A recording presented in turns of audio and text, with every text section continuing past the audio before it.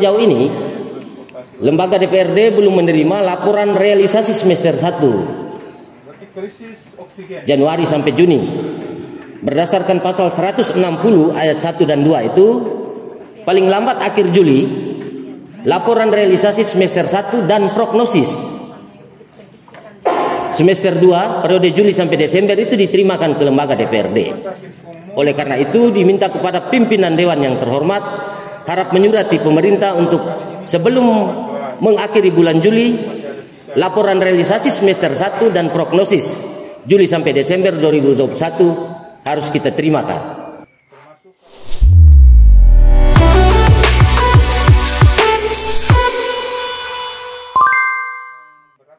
Terima kasih pimpinan, yang saya hormati pimpinan, rekan-rekan Dewan, Pak Wakil Bupati, dan semua jajaran pemerintah daerah yang sama saya hormati. Ada beberapa hal yang hendak saya sampaikan pada kesempatan yang bermartabat ini di rapat paripurna. Yang pertama, secara pribadi menyatakan turut berduka cita terhadap kematian Bapak Bupati Lembata. Lalu yang kedua, propsiat untuk Bapak Wakil Bupati yang mungkin per hari ini telah menerima surat keputusan dari Gubernur NTT sebagai pelaksana tugas untuk mengisi kevakuman kepala daerah karena alasan kematian. Semoga beban tanggung jawab baru ini memberi kepercayaan lebih untuk memimpin kabupaten kita lebih baik lagi. Lalu secara khusus propsiat berbahagia juga karena per hari ini juga Pak Wakil Bupati hadir dalam rapat paripurna sekaligus membacakan keterangan pemerintah terhadap rancangan peraturan Kabupaten Lembata. Lalu yang ketiga, propsiat untuk kita semua, secara khusus pemerintah daerah, berkaitan dengan capaian wajar tanpa pengecualian terhadap LHP BPK. Berkenan dengan ini, melalui rapat ini minta kepada pimpinan untuk menyurati pemerintah agar pada tempat pertama dan utama bisa mendistribusikan hasil LHP BPK kepada lembaga terhormat Dewan. Lalu berdasarkan peraturan pemerintah nomor 12 tahun 2018 tentang pedoman penyusunan tatib, setelah kita terima maka kita bisa berproses berdasarkan amanat PP 12 tahun 2018 khusus pasal 21 sebagai wujud dalam menjalankan fungsi pengawasan. Lalu yang keempat, tentang bidang kesehatan. Yang pertama, peristiwa kematian Pak Yance di satu sisi menimbulkan duka cita mendalam, tapi di sisi lain juga menimbulkan penafsiran yang beraneka berkaitan dengan pemulangan jasad beliau ke Kabupaten Lembata. Oleh karena itu sampai sejauh ini belum ada penjelasan atau resmi dari pemerintah apa yang menjadi alasan dasar sehingga pasien yang terkonfirmasi COVID lalu meninggal itu bisa dipulangkan. Hal ini harus menjadi terang benderang biar tidak menjadi penafsiran publik yang beraneka, tidak ganda, tidak terkesan diskriminatif. Oleh karena itu, melalui kesempatan ini kita meminta pemerintah daerah supaya memberikan penjelasan secara resmi berkaitan dengan ini untuk memutus mata rantai penafsiran publik berkenan dengan itu. Lalu masih tentang itu, soal pencegahan dan penanganan pasien COVID ini terjadi simpang siur di tengah masyarakat. Yang pertama terkait dengan data baik dari hasil rapid antigen dan PCR ini. Ini harus diperjelas, terupdate setiap hari sehingga masyarakat tidak simpang siur mendapat data dari sumber-sumber yang berbeda-beda. Lalu yang kedua, perlu penambahan tenaga kesehatan, dan ini sudah ditekankan dalam rapat kerja, dan berharap supaya proses rekrutmen tenaga kesehatan untuk COVID-19 ini dilakukan secara terbuka, tidak dilakukan secara tertutup. Kaget-kaget sudah muncul banyak orang tenaga kesehatan baru untuk memperkuat penanganan pandemi COVID-19. Lalu yang berikut tentang ini, harap serius fokus juga memperhatikan kesejahteraan tenaga kesehatan. Ketunggakan dari bulan Juni sampai Desember 2020 hingga Januari sampai Juni 2021 itu belum dibayar. Ya, harap ini juga menjadi perhatian serius P1 supaya jangan sampai kesejahteraan mereka itu di nomor sekian kan, sedangkan mereka dituntut untuk kerja ekstra menjadi garda terdepan untuk penanganan pasien COVID-19. Lalu tentang ini juga, tenaga kesehatan yang menangani isolasi di rumah sakit umum itu berjumlah kurang lebih 24 orang. Kemarin kami kunjungan kerja meminta untuk itu ditambahkan, termasuk menambahkan ruangan isolasi yang tersedia sekarang cuma 1 ruangan yang hanya bisa menampung 6 pasien. Ini mengantisipasi meledaknya pasien COVID. Kemudian rekomendasi dokter harus di karantina, dirawat di rumah sakit. Lalu berkenan dengan itu, mereka dibagi 2 kelompok, sistem shift 14 hari. Sekarang sudah terjadi keluhan dari keluarga, baik khusus suami-suami dan anak-anak dari perawat dan bidan yang kerja khusus di situ. Karena sebelum melepas masa tugas 14 hari, mereka kirim hasil swabnya itu ke Kupang, tapi ketika hendak masuk kerja lagi, hasilnya belum terdeteksi apakah positif atau negatif. Dan harap ini juga menjadi perhatian serius, sehingga jangan sampai kita semua mengandalkan mereka, tapi di sisi lain apa yang menjadi hak-hak mereka itu di nomor sekian kan, untuk menggantikan kata diabaikan atau yang lain-lain. Lalu berkenan dengan COVID juga, khusus untuk terkonfirmasi COVID karena rapid antigen itu, lalu isolasi mandiri. Sejauh ini perhatian terhadap mereka itu sangat minim, bahkan tidak ada. Mereka sudah diminta untuk karantina 14 hari. Segala aktivitas di luar rumah pasti tidak akan dilakukan. Oleh karena itu, gugus tugas yang ada itu sejauh mana kinerja mereka untuk merespon sekian banyak soal tentang COVID, yang salah satunya adalah masyarakat kita yang terkonfirmasi COVID dan diminta untuk karantina mandiri. Harap supaya ada standar khusus yang mengatur tentang ini. Lalu yang terakhir tentang COVID, itu tentang pasien yang kemudian mati di rumah sakit akibat terkonfirmasi COVID. Kalau pemerintah tidak segera mengumumkan secara tegas tentang hal pertama yang tadi saya sampaikan, maka akan terjadi resiko lanjutan terkait kasus-kasus yang sama. Karena beberapa hari terakhir itu terjadi pengambilan paksa mayat yang mati di rumah sakit yang didiagnosa terkonfirmasi COVID. Dan ini menjadi pemandangan potret yang buram, yang kurang dari kehadiran kita pemerintah dalam mensiasati atau berada di garda terdepan untuk penanganan COVID-19. Lalu poin kelima, itu berkaitan dengan amanat PP 12 tahun 2019 berkenan dengan pengelolaan keuangan daerah. Ada 2 hal yang saya mau sampaikan di situ. Yang pertama berkaitan dengan APBD 2021. Sampai sejauh ini lembaga DPRD belum menerima laporan realisasi semester 1 Januari sampai Juni. Berdasarkan pasal 160 ayat 1 dan 2 itu, paling lambat akhir Juli laporan realisasi semester 1 dan prognosis semester 2 periode Juli sampai Desember itu diterimakan ke lembaga DPRD. Oleh karena itu diminta kepada pimpinan Dewan yang terhormat harap menyurati pemerintah untuk sebelum mengakhiri bulan Juli, laporan realisasi semester 1 dan prognosis Juli sampai Desember 2021 harus kita diterima kepada lembaga terhormat.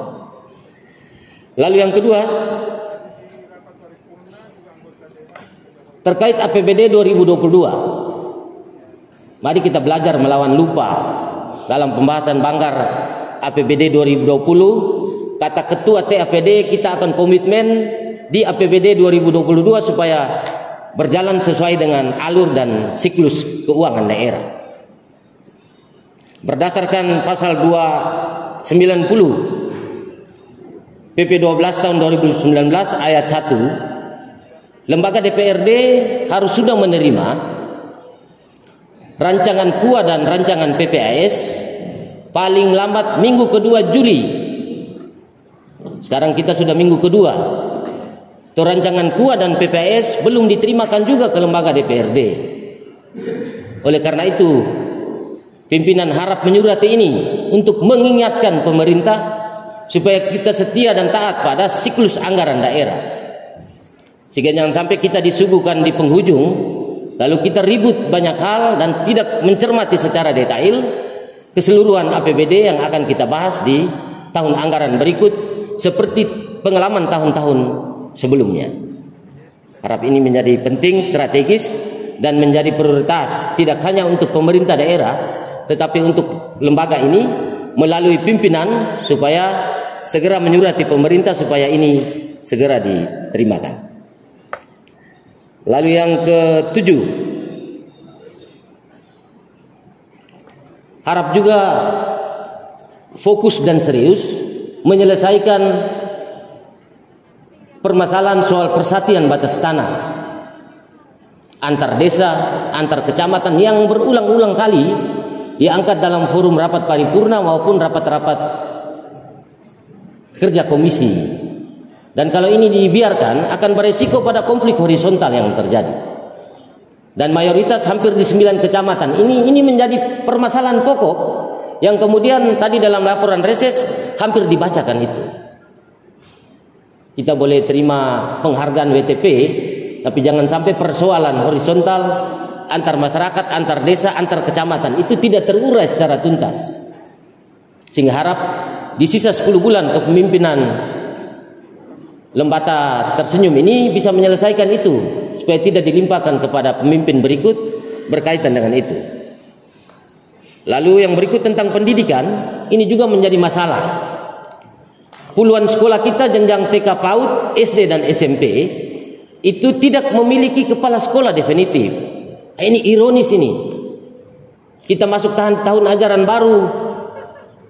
Banyak sekali dokumen yang harus dilegitimasi oleh kepala sekolah definitif. Ini jenjang PAUD, TK, SD, SMP, banyak juga yang statusnya PLH. Rapat-rapat kerja itu, kepala dinas PKO bilang mapping, sampai hari ini mappingnya. Persoalan tidak pernah tuntas. Oleh karena itu harap pasca paripurna ini menjadikan ini sebagai prioritas, sehingga jangan mengorbankan generasi kita yang kemudian dalam mengurus dokumen-dokumen administrasi, baik mulai masuk sekolah maupun menyelesaikan sekolah, terhalang karena status kepala sekolahnya itu yang tidak definitif, belum definitif.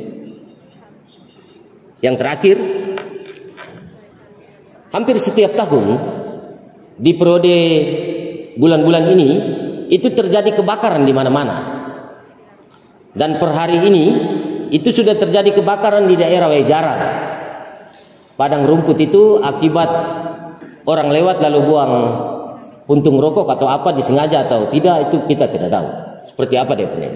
Tapi kita meminta supaya pemerintah daerah membuat pengumuman resmi, surat resmi, penegasan resmi yang ditujukan kepada semua desa untuk menghimbau supaya semua masyarakat menjaga alam kita ini supaya tidak dibakar sembarangan. Jangan sampai kita manajemennya seperti kapal selam, ada masalah baru kita turun. Tapi lebih baik kita mencegah supaya hal-hal ini tidak terjadi. Dan ini setiap tahun selalu terjadi kebakaran di mana-mana, dan itu sangat beresiko pada kontribusi kita untuk pemanasan global. Oleh karena itu pada poin terakhir ini diminta supaya pemerintah daerah membuat surat pengumuman resmi, tagar yang dipasang di mana-mana untuk mari cinta alam, tidak membakar hutan sembarangan. Mungkin itu saja beberapa poin penting yang saya pandang strategis. Apalagi rapat kita ini jarang, lalu media kita virtual. Mohon maaf kalau sekian banyak hal disampaikan di saat ini. Sekian dan terima kasih.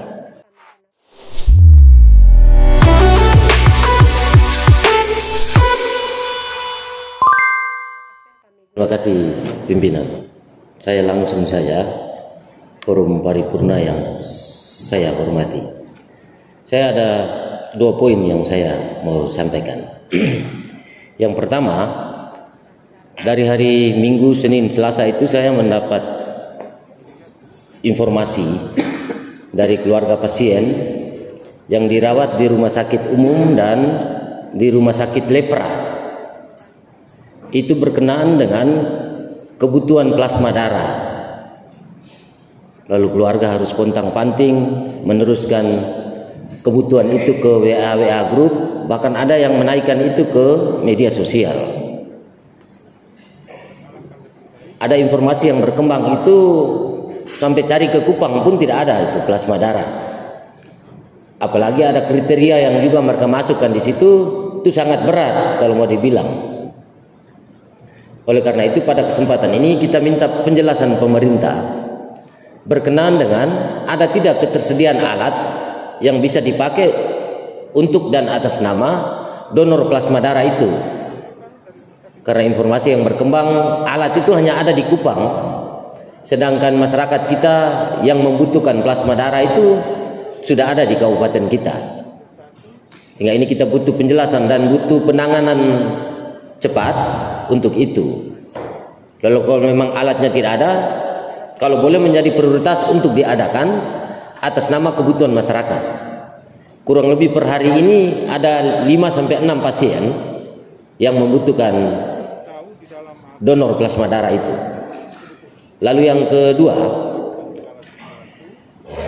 sebelumnya itu sempat heboh permasalahan di SMP Negeri 1 Nubatukan.